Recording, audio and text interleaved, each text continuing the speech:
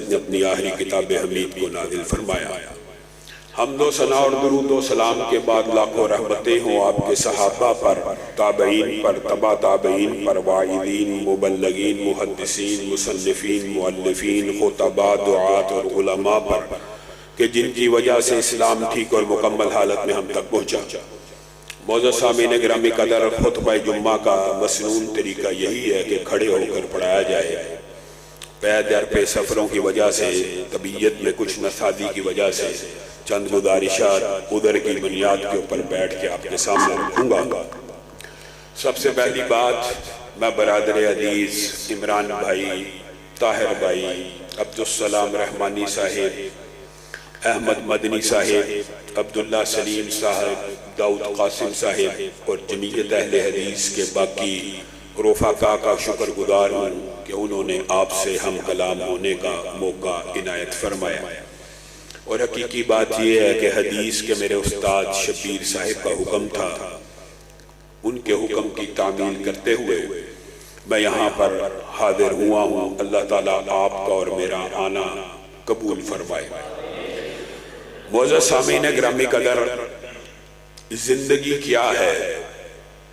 آج چند گزارشات، ذہن میں مضمون کچھ اور تھا لیکن چند گزارشات اس حوالے سے آپ کے سامنے رکھنا چاہتا ہوں۔ افحسبتم انما خلقناکم عبثا وانکم الینا لا ترجعون، کیا تم نے یہ گمان کر لیا ہے کہ تمہیں بلا سبب پیدا کیا گیا؟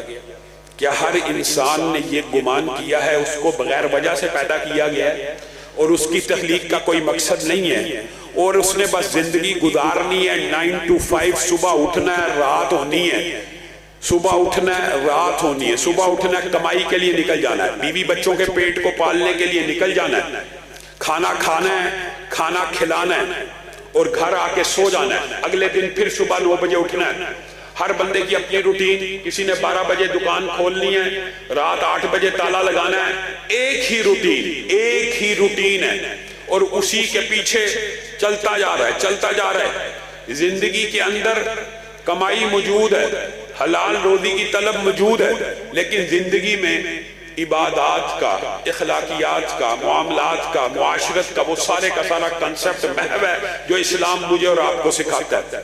روٹی کھانا، بچے پیدا کرنا، بچوں سے پیار کرنا، ان کو بڑا کرنا، اللہ کی قسم یہ عمل جانور بھی کرتے ہیں اور جانوروں میں اور انسانوں میں کچھ فرق ہونا چاہیے اور وہ فرق اللہ رب العزت نے اس آیت میں بیان کیا۔ فَحَسِبْتُمْ أَنَّمَا خَلَقْنَاكُمْ عَبَثًا، کیا ہم نے تمہیں کھیل کود اور بلا سبب پیدا کیا؟ اگر ہم نے یہ دنیا کھیل کود تماشے کے لیے بنائی ہوتی تو یہ دنیا کی کیا حقیقت ہے اللہ رب العالمین کے سامنے وہ اس سے بہت بڑا کوئی کھیل کود اور تماشا پکڑتے۔ اور جو سائنس کے طالب علم ہیں وہ جانتے ہیں ایک سورج زمین سے کتنا بڑا، سینکڑوں ستارے زمین سے کتنے فاصلے پہ۔ اگر اللہ تعالیٰ نے یہ بس آٹومیٹک ڈارون تھیوری یا جو دنیا کے اندر مشہور تھیوریز ہیں کہ بندر سے انسان بن گیا، آٹومیشن ہے، اس طرح آیا، ان کا باپ بندر ہو سکتا ہے، تیرا اور میرا باپ آدم ہے جسے جنت سے نکالا گیا ہے، اور اللہ رب العزت نے کیا آدم کو جنت میں کسی نیک عمل کے بدلے میں ڈالا تھا؟ پیدا کیا اور ڈال دیا، نیکی تو کی نہیں، بنایا ہی جنت کے لیے گیا۔ آدم اور آپ کی تخلیق ایسے نہیں ہوئی، آپ کو جنت کے لیے پیدا کیا گیا تھا اور جنت ہی ہمارا اصل وطن ہے۔ دنیا کے اندر عارضی زندگی ہے، بہت عارضی، کوئی بہت عرصہ بھی جیا اس دنیا کے اندر۔ انسانی تاریخ کے اندر اگر مطالعہ کیا جائے 1000 برس یا 950 برس کا ذکر تو قرآن پاک میں ملتا ہے، لیکن انسانی تاریخ کو اگر اٹھایا جائے تو میکسیمم انسان کی عمر 1600 برس سے اوپر نہیں ہوئی، اور کل قیامت کے دن جب یہ ہزار برس کی عمریں پانے والے اور 1600 برس کی عمر پانے والوں سے یہ سوال پوچھا جائے گا کم لبثتم قالوا لبثنا یوما او بعض یوم، ایک دن بھی پورا نہیں، لم یلبسوا الا عشیۃ او ضحاها، ایک پہر بھی نہیں، عشاء یا ظہر یا دوپہر۔ وجہ کیا؟ انسان کا شعور ہر آئندہ زندگی میں بڑھتا چلا جاتا ہے. یہ کنسپٹ اپنا کلیئر کر لیں. عالم ارواح تھا, کسی کو یاد ہے؟ نہیں یاد. شعور کمزور تھا, ماں کا پیٹ تھا, شعور کمزور تھا, بچپنا تھا, شعور کمزور تھا. یہ 3 سٹیجز آپ کے سامنے بیان ہوگی. عالم ارواح شعور ہر سٹیج میں بڑھتا جاتا ہے, بڑھتا جاتا ہے, بڑھتا جاتا ہے. عالم ارواح میں شعور کی وہ کیفیت نہیں ہے جو ماں کے پیٹ میں, اور ماں کے پیٹ میں شعور کی وہ کیفیت نہیں جو باہر آ کے ہے, اور جو بڑے ہو کے شعور کی کیفیت ہے وہ بچپنے میں نہیں ہے. تو حقیقت یہ ہے کہ موت کے لمحات کو جب انسان چکھ لے گا, جیسے ہی موت کی گھاٹی میں اترے گا, یہ زندگی جس میں آپ کو پورا شعور نظر آ رہا ہے, آپ اپنے آپ کو باشعور سمجھتے ہیں, جوان ہو, عقل مند ہو, وہ بندہ سمجھتا ہے میں باشعور ہو گیا ہوں. لیکن حقیقت یہ ہے کہ جب موت کی گھاٹی میں اترے گا تو اس کا شعور اور بڑھ جائے گا. عالم برزخ ہے, لیکن مرتے ساتھ ہی عالم برزخ پہ جو قدم رکھا, شعور کم ہوگا یا بڑھے گا؟ بڑھے گا. اس برزخ کے بعد قیامت کے دن جب انسان کو اٹھایا جائے گا, شعور اور بڑھے گا. اس شعور کی وجہ سے یہ الفاظ کہے گا, اس شعور کی وجہ سے, اوہو دنیا کی زندگی تو ایک لمحہ بھی نہیں تھا, یہ 1000 برس کا ایک دن سامنے آ گیا. ایک دن بھی زندگی نہیں گزاری, ایک لمحہ بھی زندگی نہیں گزاری.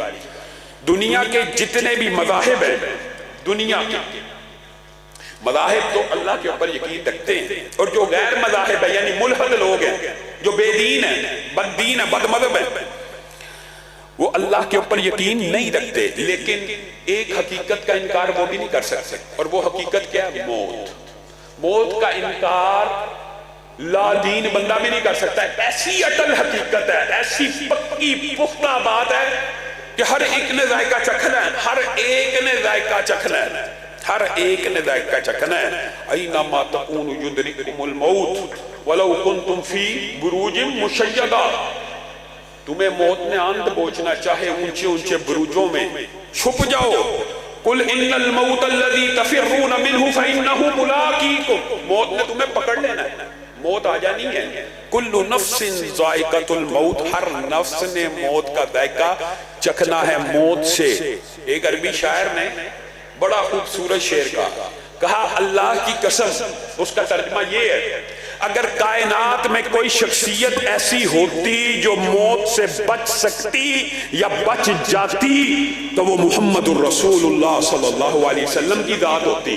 اگر ان کے اوپر وہ گھڑیاں آ گئی ہیں تو دنیا میں کسی نے نہیں بچنا, نیکوں نے بھی نہیں بچنا, اولیاء نے بھی نہیں بچنا, شہداء نے بھی نہیں بچنا, برے لوگوں نے بھی نہیں بچنا. موت آ جانی ہے. اور بعض ضعیف روایات کی طرف اگر آپ نظر دوڑائیں تو مفہوماً بعض سندن روایتیں ضعیف ہوتی ہیں, لیکن ان کا مفہوم دیگر احادیث کی بنا پہ درست ہوتا ہے. اور یہ قرآن کی آیت سے بھی ثابت ہے, کل من علیہا فان. ایک ہے کل نفس ذائقۃ الموت, ایک کل من علیہا فان, اور ایک قرآن پاک میں ہر چیز نے ہلاک ہو جانا. ان کی علماء نے اور مفسرین نے جو تشریحات کی ہیں ان میں وہ ضعیف حدیثیں بھی لائیں. اور حقیقت بات یہ ہے کہ یہ مفہوماً صحیح ہے. کیا ایک وقت ایسا آنا ہے اس زمین کے اوپر کوئی انسان نہیں رہنا زندہ, فرشتے موجود ہوں گے, لیکن وہ وقت بھی آئے گا فرشتوں کو بھی موت آ جائے گا. پہلے آسمان کے دوسرے تیسرے چوتھے, اتنے اتنے جلیل القدر فرشتے ہیں. رسول اللہ صلی اللہ علیہ وسلم نے فرمایا پہلے آسمان کی چھت کے اوپر سجدہ کرتے ہیں فرشتے, پہلے آسمان کی چھت پہ سجدہ کرتے ہیں تو آسمان کی چولیں ہلنا شروع ہو جاتی ہیں, اور آسمان کے اوپر ایک بلشت جگہ خالی نہیں ہے جو کسی نہ کسی فرشتے نے سر نہ رکھا ہو, اور وہ سارے کے سارے فرشتے مر جائیں گے. حتیٰ کہ جلیل القدر ملائکہ بھی فوت ہو جائیں گے, جبریل امین بھی, میکائیل بھی, اسرافیل بھی. اللہ ملک الموت کی روح کو ملک الموت کی روح کو خود قبض کریں گے. وہ ملک الموت جو دنیا میں ہر انسان کی روح کو قبض کرتا رہا, ہر انسان کی, فرشتوں کی روحوں کو قبض کر لیا, کبھی نہ گھبرایا.